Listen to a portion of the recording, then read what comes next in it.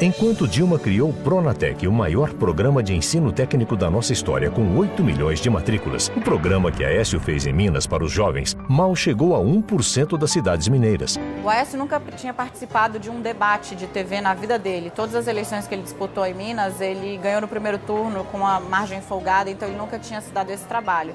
Por conta disso, a equipe dele investiu muito em treinamento. Ele fez muito o que a gente chama de media training, que é o cara aprender a se portar diante das câmeras, para onde olhar, como falar, enfim, ele investiu muito tempo nisso.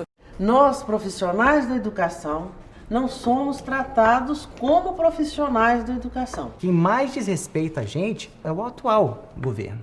Ele é o que mais desvaloriza a gente, ele é o que mais joga a classe para baixo, ele é o que mais sucateia a escola. Você pode fazer mestrado, doutorado, pós-doutorado do Estado, você vai ganhar mas essa lei destruiu a carreira.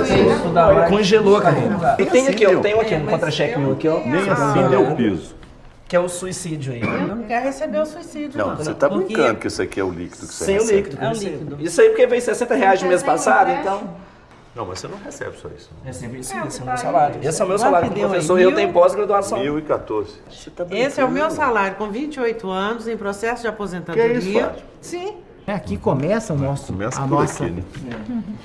a nossa indignação, as nossas greves, os nossos problemas de saúde, os nossos problemas financeiros e todo o nosso desgaste emocional dentro da escola e fora da escola, com a escola toda quebrada, com a escola toda, os alunos com pouco funcionário dentro da escola trabalhando e cada um tendo que desdobrar 2, 3 funções. Isso aí gera um desgaste emocional para o professor muito grande. E a única coisa que eu peço é respeito. A Prefeitura de São Paulo anuncia reajuste de 15% aos professores da rede municipal. A categoria está em greve desde o final de abril. Segundo a Secretaria da Educação, a greve é parcial nas 1.523 escolas municipais. O salário base da rede municipal será de R$ 3.000 já neste mês. Desde 2011, cerca de 20 mil professores da capital paulista que recebem o piso não tinham aumento. O secretário da Educação, César Calegari, afirmou que outros profissionais de educação, inclusive aposentados, também receberão um valor extra. São 15,38% a correção do piso. E para o conjunto do magistério, creche, EMEI, EMEF, SEI, todos, aí 13,43. Maurício nasceu em uma família de classe média. João em uma família pobre. Para Maurício, as coisas sempre foram mais fáceis. Para João, mais difíceis. 2 histórias de vida que hoje se encontram bem aqui, na sala de aula de uma das melhores universidades do mundo. Agora, o Ciências Sem Fronteiras vai ser ampliado. Serão mais 100 mil bolsas para jovens de todas as classes sociais poderem estudar no exterior. Dilma presidenta. Aécio promete mais oportunidades de formação para os jovens. Dilma já está fazendo. Já são 8 milhões de matrículas no Pronatec em todo o Brasil. Isso é trabalho, o resto é promessa. Nós estamos diante de uma campanha que vai estar baseada na mentira. Na mentira como eles fizeram durante a Copa do Mundo, que disseram, não vai ter Copa, não tem aeroporto, não tem estádio, não tem rua, e mostram o seu pessimismo porque apostam no quanto pior, melhor, para poder ter uma alternativa. Porque se o quanto pior, melhor ocorre, eles acham que eles saem ganhando.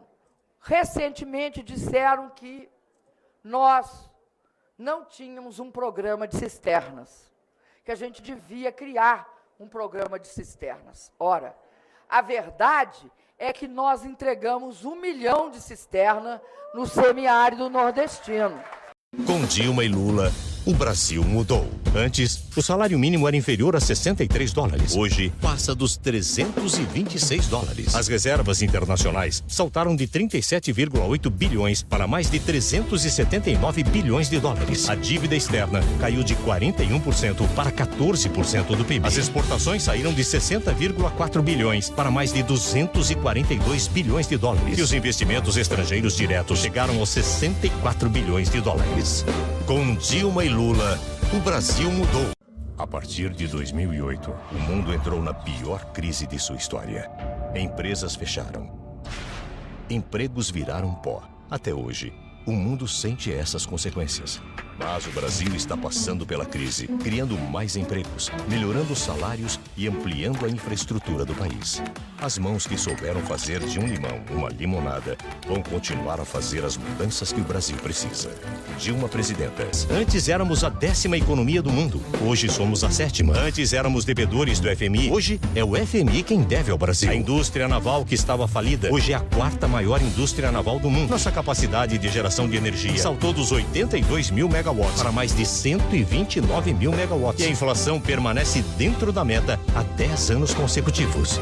Criamos 422 novas escolas técnicas, 18 universidades federais e 173 campos. Um recorde histórico. Antes, 3,5 milhões de alunos nas universidades. Hoje, mais de 7,1 milhões. No mercado de trabalho, as menores taxas de desemprego da história. Chegamos aos 20,4 milhões de novos empregos com carteira assinada. Criamos o Bolsa Família, o maior e mais copiado programa de transferência de renda do mundo. 36 milhões de pessoas saíram da pobreza absoluta. 42 milhões entraram na classe média. A renda cresceu 52% acima da inflação. Entre os mais pobres, um aumento ainda maior, 108%. Mais justos e mais fortes. Hoje, somos o primeiro exportador mundial de soja, café, açúcar, suco de laranja, carne bovina e de frango. Com o pré-sal, seremos um dos maiores produtores de petróleo do mundo. Luz para todos. 14 milhões de brasileiros beneficiados na zona rural. Pronatec, mais de 7,4 milhões de matrículas em cursos de formação profissional. Ciência Sem Fronteiras, mais de 83 mil jovens com bolsas no exterior. ProUni, 1.400.000 bolsas para jovens de baixa renda. Acho muito simbólico que hoje, 7 de setembro, a gente converse com jovens que representam várias posições no movimento social. A juventude tem mostrado que a gente tem opinião sobre as questões do país e que a gente quer participar das decisões políticas. Tem um nível de crença que a gente tem na juventude que é uma coisa que justifica você estar no mundo. Sabe como é que é? Eu justifico a minha presença no mundo pelo que eu acredito. Sua figura, ela inspira a juventude. Quando a gente vê aquela fotografia da senhora dando depoimento para a ditadura, aquilo é um coração valente. Aquilo é o símbolo e é o coração com o qual a gente se identifica. Nós temos de ter capacidade de lutar. Se você tem capacidade de lutar pelo que você acredita, uma parte do caminho está feito. Depende de você, depende de você, depende de cada um de nós mudar esse país. Mas, gente, cada geração tem um sonho. O sonho da minha geração foi um sonho de que nós íamos transformar o Brasil. E uma transformação que nós queríamos profunda e radical. Nós queríamos não só a democracia, mas nós queríamos afirmar a soberania do país. Nós queríamos mudar radicalmente as condições de desigualdade que o nosso país vivia. Eu acho que esses sonhos hoje têm um outro sentido, porque os sonhos são interessantes, eles passam de uma geração para outra. E o que eu acho que nós passamos para essa geração foi o que tinha de melhor na nossa. Primeiro, nós sabíamos que sem democracia a vida era impossível. Essa geração que agora representa e será a liderança desse país nos próximos anos que vão vir, e as gerações anteriores, por que nós persistimos nessa luta? Primeiro, conseguimos vencer com o presidente Lula. E não foi fácil vencer com o presidente Lula. Em 2003, não foi fácil. Nós, ali, tínhamos toda a esperança do mundo. E eles, todo o medo do mundo. Porque sabiam que seria um processo em que nós iríamos lutar e lutar para realizar aquilo que nós nos propunhamos. Primeiro, esse povo ia ser protagonista da sua história. Seria para ele que nós iríamos governar. E seria para reduzir a mais terrível desigualdade, herança de um país que tinha sido escravocrata, que nós íamos dedicar o centro do nosso governo. Mas, além disso, nós tínhamos um compromisso com o Brasil soberano.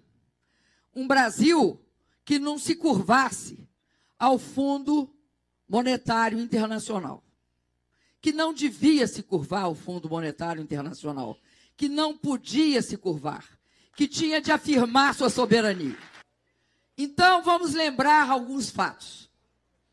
Quando a gente tinha toda essa esperança, o que acontecia com o Brasil? Praticava nos últimos anos uma taxa média de juro de 27%. E no pico, praticou uma taxa de juro nominal de 45%.